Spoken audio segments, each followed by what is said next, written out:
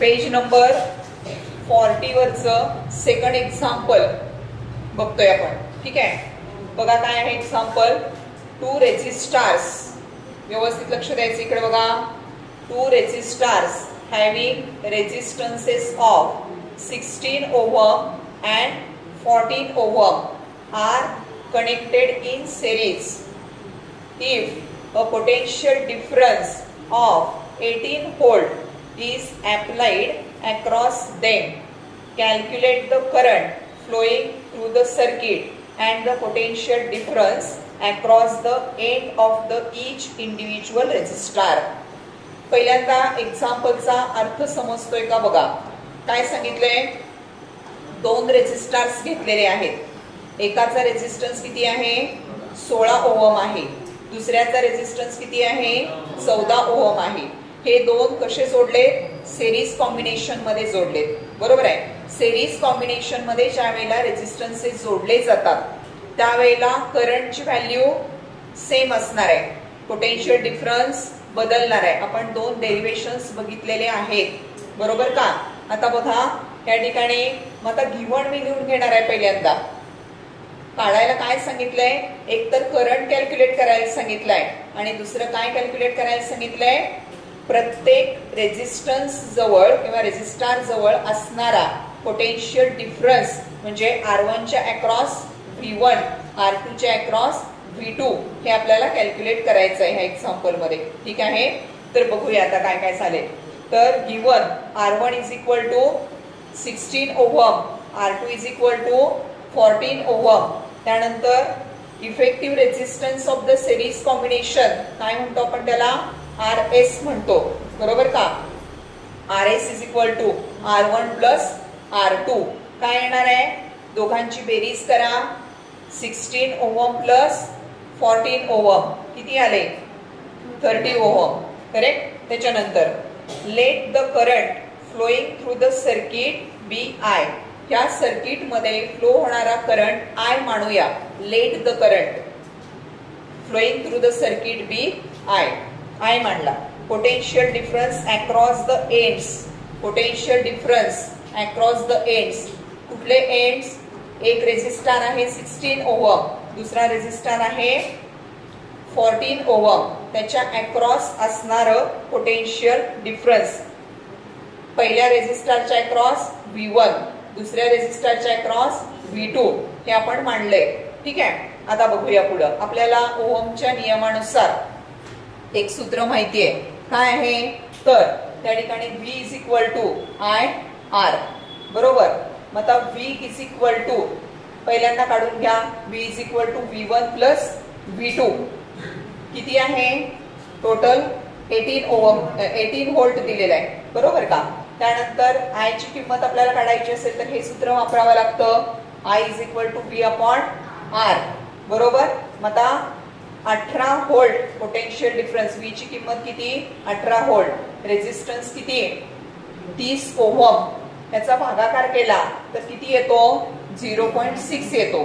0.6 current आहे, त्याचे unit काय, एम्पियर. म्हणून मी काय दिले इथं, एम्पियर लिहिलेलं आहे. ए म्हणजे काय, एम्पियर. करेक्ट. आता बघूया ह्याच्यावरनं V1 काढायचं आहे आणि V2 काढायचं आहे. विचारलंय ना. V1 is equal to IR1.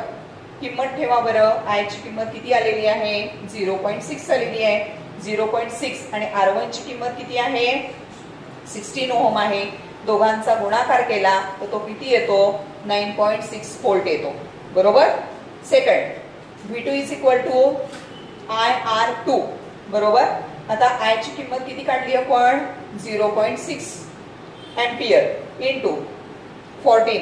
Second resistor R2 ची किंमत किती, 14 आहे ना, हे की नाही. दोघांचा गुणाकार करा, किती आला, 8.4 व्होल्ट. आपल्याला जे जे काढायला सांगितलंय ते आपण इथं काढलेलं आहे. फायनली पेपर मध्ये लिहिताना एक शेवटी ओळ लिहायची, जे विचारले ते एका ओळीमध्ये लिहायचं आहे. बरोबर. बघा बरं.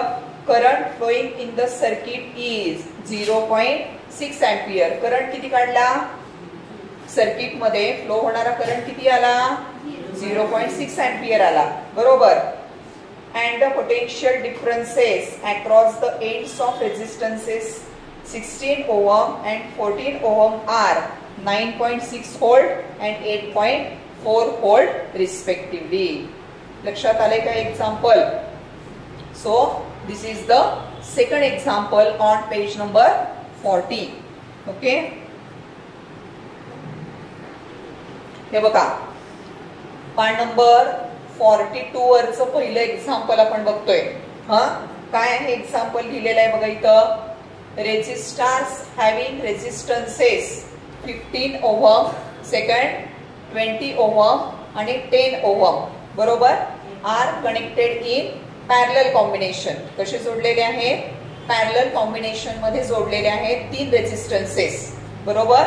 त्यानंतर what is the effective resistance in the circuit. साधं सोपं एक्झाम्पल आहे. इफेक्टिव्ह रेजिस्टन्स कॅल्क्युलेट करा म्हणून सांगितलंय. ऑलरेडी आपण रेजिस्टर्स कनेक्टेड इन पॅरलल त्याच्यासाठी एक डेरिव्हेशन तयार केलेलं आहे. त्या डेरिव्हेशन नुसार आपल्याला सूत्र माहिती आहे बरोबर. पहिल्यांदा दिलेलं काय आहे तेवढं लिहून घेऊया. मग काय लिहिलंय? R1 is equal to 15 ohm, R2 is equal to 20 ohm आणि R3 is equal to 10 ohm. लक्ष द्या इकडं. आता बघा सूत्र माहिती आपल्याला 1/Rp is equal to 1/R1 plus 1/R2 plus 1/R3. या ठिकाणी 1/Rp इज इक्वल टू किमती ठेवा. 1/R1 ची किंमत 15, R2 ची 20 आणि R3 ची 10. याचा एलसीएम काढा, तो येतो 60 बरोबर. आता 15 चोक 60, 20 त्रिक 60, 10 सत्व 60. या सगळ्यांची बेरीज केली किती आली? 13/60. मग या ठिकाणी 1/Rp म्हणजे 13/60 आहे बरोबर. मग Rp इज इक्वल टू काय करावं लागेल? या 60 ला वर घ्यायचं, 13 ला खाली घ्यायचं. Rp इज इक्वल टू हा इथं कसा आहे 1/Rp आहे ना. Rp घ्यायचं असेल तर काय करावं लागेल? उलट करायचं. काय झालं? 60/13 भाग घालवा. किती येतो? 4.615. रेजिस्टन्स आहे म्हणून काय युनिट लिहिणार तिथं? ओहम बरोबर. ओहम हे युनिट. आणि शेवटी आपण लिहायचं एका वाक्यामध्ये आन्सर लिहायचं. शेवटी काय विचारले ते? Effective resistance in the circuit is equal to 4.615 ohm. So this is the calculation of effective resistance of the parallel combination. Parallel combination मध्ये या पद्धतीने इफेक्टिव्ह रेजिस्टन्स कॅल्क्युलेट केला जातो. समजले का हे एक्झाम्पल? आता बघा सेकंड एक्झाम्पल. बघा पुढचं जे एक्झाम्पल आहे second example. 3 resistors having resistances 5 ohm, 10 ohm and 30 ohm are connected in parallel and the potential difference of 12 volt is applied across them. Obtain the current flowing through the circuit and through individual resistors. What is the effective resistance in the circuit? काय काय दिलेलं आहे याच्यामध्ये? 3 resistors आहेत. त्यांचे रेजिस्टन्सेस 5 ohm, 10 ohm आणि 30 ohm आहे बरोबर. आणि कसे जोडलेले आहेत? They are connected in parallel combination. या 3 रेजिस्टरच्या अक्रॉस पोटेन्शियल डिफरन्स दिलेला आहे आपल्याला. किती? 12 व्होल्ट पोटेन्शियल डिफरन्स दिलेला आहे बरोबर. आता बघा या ठिकाणी काय काढायला सांगितलंय? Obtain the current flowing through the circuit. पूर्ण सर्किट मध्ये किती करंट फ्लो होतो तो ते काढायचंय. आणि काय काढायचंय? And through individual resistors. Individual resistances मधून किती करंट फ्लो होतो तो देखील काढायचा आहे. What is the effective resistance in the circuit. आणि पूर्ण सर्किटचा इफेक्टिव्ह रेजिस्टन्स कॅल्क्युलेट करायचा आहे. तर अशा 3 गोष्टी आपल्याला याच्यामध्ये काढायच्या आहेत. पहिल्यांदा बघा गिव्हन लिहा. R1 is equal to 5 ohm, R2 is equal to 10 ohm आणि R3 is equal to 30 ohm. Potential difference दिलाय 12 व्होल्ट. आता ओहमच्या नियमानुसार हे सूत्र आपल्याला माहिती आहे. V is equal to IR म्हणजेच I is equal to V upon R. Total current काढण्यासाठी पहिल्यांदा आपल्याला इंडिव्हिज्युअल करंट इंडिव्हिज्युअल रेजिस्टन्सेस मध्ये फ्लो होणारे काढून घ्यावे लागतील. त्या ठिकाणी I1 is equal to V upon R1 12/5 किती आला भागाकार 2.4 एम्पियर आलं. ठीक आहे. I2 is equal to V/R2 12/10 भाग घालवा 1.2 ampere. I3 is equal to V/R3 12/30 is equal to 0.4 ampere. आता हे इंडिव्हिज्युअल करंट्स आलेले आहेत. R1 मधून फ्लो होणारा करंट आहे 2.4 एम्पियर, R2 मधून 1.2 एम्पियर आणि R3 मधून 0.4 एम्पियर.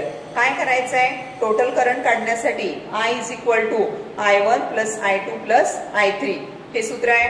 मग I1 ची किंमत ठेवा 2.4, I2 ची ठेवा 1.2 आणि I3 ची ठेवा 0.4. किती झाले टोटल बेरीज केली तर ही येते 4 एम्पियर. बरोबर. तर इथं काय आला I ची किंमत आली 4 एम्पियर. आता काय काढायचं आहे आपल्याला इफेक्टिव्ह रेझिस्टन्स काढायचं आहे. मग काय आहे सूत्र 1/Rp is equal to 1/R1 plus 1/R2 plus 1/R3. मग आता R1 ची किंमत किती 5 म्हणजे 1/5 प्लस R2 1/10 प्लस R3 1/30.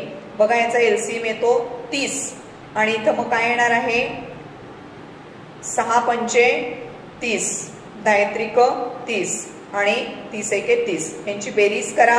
किती आली बेरीज 1/Rp इज इक्वल टू 6 आणि 3 9 1 10 10/30. मग आता 1/Rp म्हणजे 10/30 आहे. मग Rp ची किंमत किती 30/10. सरळ भाग जातो 10 30 3 ओहम काय आला इफेक्टिव्ह रेझिस्टन्स आला. बरोबर. तर ह्या ठिकाणी आपण 3 गोष्टी कॅल्क्युलेट केलेल्या आहेत. तर या ठिकाणी इंडिव्हिज्युअल करंट कॅल्क्युलेट केलेले आहेत, टोटल करंट कॅल्क्युलेट केलेला आहे आणि effective resistance in the circuit calculate केलेला आहे. लक्षात. तर सगळं मी इथं लिहिलेलं आहे. शेवटी लिहायचं फायनली काय विचारलं होतं आपल्याला त्या पद्धतीनं तिथं आपण उत्तर लिहायचं आहे. बरोबर. तर बघा या ठिकाणी effective resistance in the circuit किती आला 3 ओहम आला. Current flowing through R1 2.4 ampere, R2 1.2 ampere आणि R3 0.4 एम्पियर आणि total current in the circuit किती 4 एम्पियर. तर ह्या पद्धतीनं पेज नंबर 42 वरचे हे दोन्ही एक्झाम्पल्स आपले सोडून झालेले आहेत.